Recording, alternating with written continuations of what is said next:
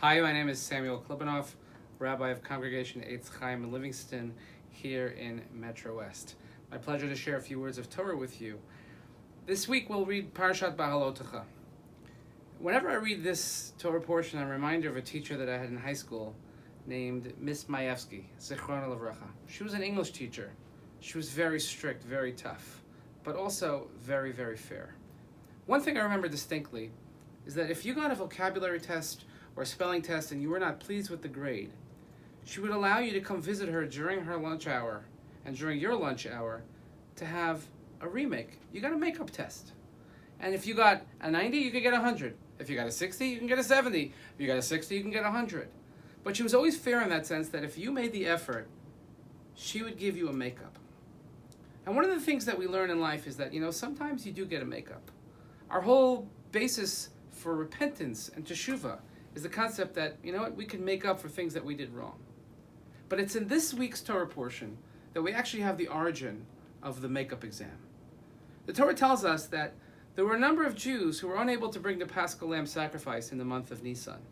And they actually came to Moshe Rabbeinu. They came to Moses and they said the words, Lama ni gara, why should we be left out?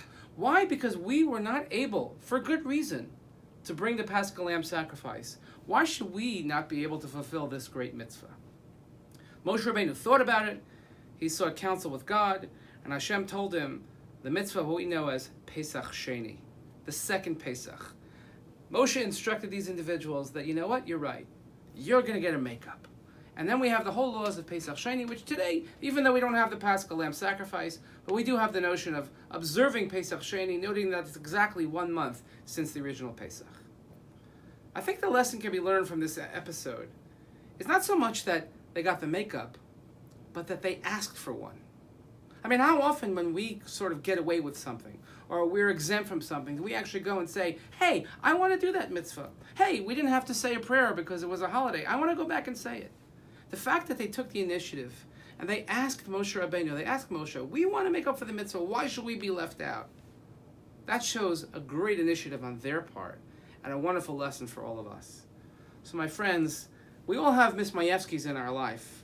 We all have times when we wish we could have done things a second time. Very often, and even indicated in our parsha in the Torah, when it comes to mitzvot, when it comes to good deeds, when it comes to anything we want to do in our tradition, very often there is an opportunity for a makeup. I just hope that we will all ask the question when the time comes and say, how come we didn't get to do it a second time? Thank you so much. Wishing you Shabbat Shalom.